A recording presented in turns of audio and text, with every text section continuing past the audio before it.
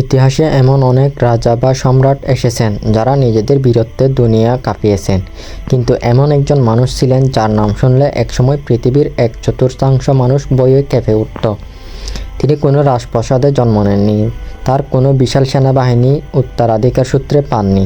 উল্টো শৈশবে নিজের গোত্র থেকে বিতাড়িত হয়ে বনের ফলমূল আর ইঁদুর খেয়ে বেঁচে থাকতে হয়েছিল তাকে। হ্যাঁ, আমরা কথা বলছি তেমুজিনের, যাকে দুনিয়া আজ চেনে চেঙ্গিস খান নামে। 1,20,00,000 বর্গমাইল এলাকা জয় করা এই মানুষটির নিষ্ঠুরতা আর যুদ্ধকৌশল আজও পৃথিবীর অন্যতম বড় রহস্য। কিভাবে একজন দাস থেকে তিনি হয়ে উঠলেন বিশ্বের সম্রাট, কিভাবে তার তীরের ফলায় ধ্বংস হয়ে গিয়েছিল সেকালের বড় বড় সাম্রাজ্য।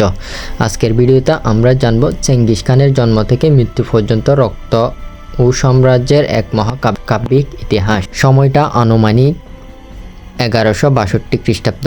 মঙ্গোলিয়ার স্টেপ অঞ্চলের এক যাযাবর কিয়াত গোত্রে জন্ম নেয় এক শিশু। তার বাবা ইয়েসুগেই ছিলেন গোত্রের প্রধান। তিনি সদ্য পরাজিত এক তাতার যোদ্ধার নামানুসারে ছেলের নাম রাখেন তেমুজিন, যার অর্থ কামার বা লোহার তৈরি। কথিত আছে জন্মের সময় তেমুজিনের ডান হাতের মুঠোয় জমাট বাঁধা রক্তের একটা দানা ছিল।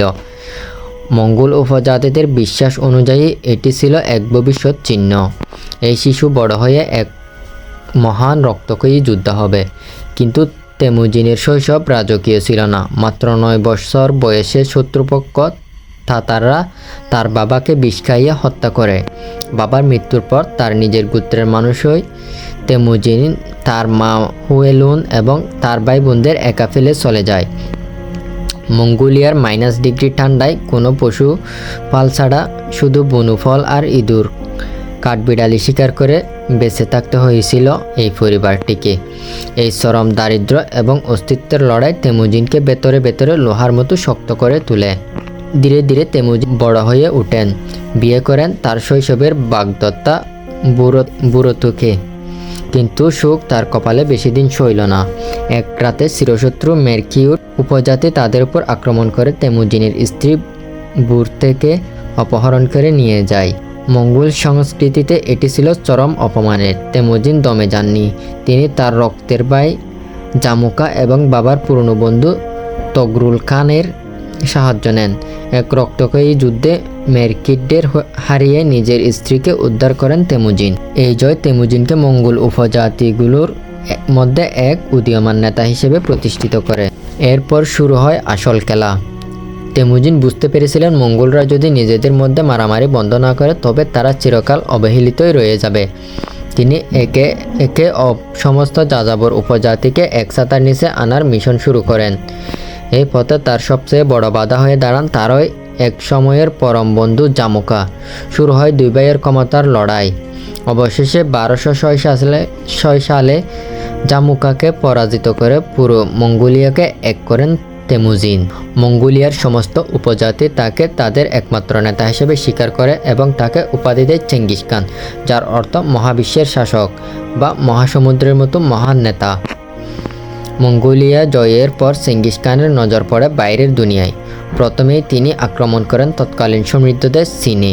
চীনের বিখ্যাত প্রাচীর ভেদ করে মঙ্গোল বাহিনী বেইজিং শহরে অবরোধ করে এবং তা জয় করে। মঙ্গোলদের নিষ্ঠুরতা দেখে চীনের শক্তিশালী রাজবংশগুলো আত্মসমর্পণ করতে বাধ্য হয়।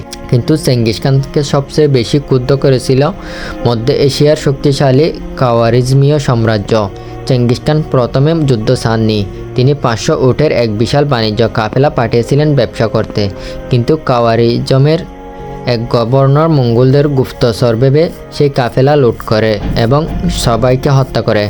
চেঙ্গিস খানের বিচার চেয়ে সুলতানের কাছে দূত পাঠান, কিন্তু সুলতান জালালউদ্দিনের বাবা খাওয়ারিজম শাহ অহংকার বশত মঙ্গোল দূতের মাথা কেটে ফেরত পাঠান।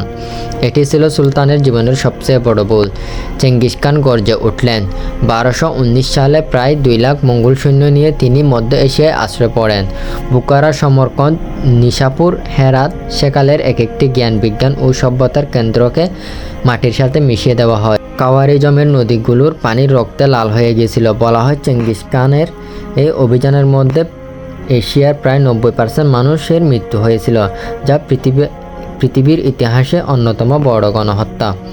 সুলতানের ছেলে জালালউদ্দিনকে তাড়া করতে করতে চেঙ্গিস খান আধুনিক পাকিস্তানের সিন্ধু নদ পর্যন্ত চলে আসেন এবং সেখানে ঐতিহাসিক যুদ্ধ জয় করেন।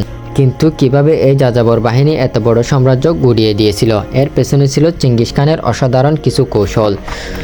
যোগ্যতার মূল্যায়ন। তিনি বংশমর্যাদা দেখে নয়, বীরত্ব ও যোগ্যতা থেকে সেনাপতি বানাতেন। মনস্তাত্ত্বিক যুদ্ধ। কোনো শহর বাধা দিলে তিনি পুরো শহর ধ্বংস করে দিতেন, যাতে পরের শহরটি বইয়ে এমনিতে আত্মসমর্পণ করে। তীরন্দাজি ও ঘোড়া সওয়ারি। মঙ্গলরা ঘোড়ার পিঠে ছুটে চলন্ত অবস্থায় নিখুঁত তীর ছুটতে পারত। যোগাযোগ ব্যবস্থা। তিনি পৃথিবীর প্রথম দ্রুতগামী ডাক যোগাযোগ ব্যবস্থা ইয়াম চালু করেন। 1227 খ্রিস্টাব্দে চেঙ্গিস খানের বয়স তখন প্রায় 65 বছর। চীনের ওয়েস্টার্ন জিয়া রাজবংশের একটি বিদ্রোহ দমন করার সময় তিনি গুরুতর অসুস্থ হয়ে পড়েন। কিছু ইতিহাসবিদদের মধ্যে ঘোড়ার পিঠে থেকে পড়ে গিয়ে তিনি আঘাত পেয়েছিলেন, আবার কারো মতে তিনি রোগে ভুগেছিলেন। 27 সালের আগস্ট মাসে এই মহাবীর শেষ নিঃশ্বাস ত্যাগ করেন।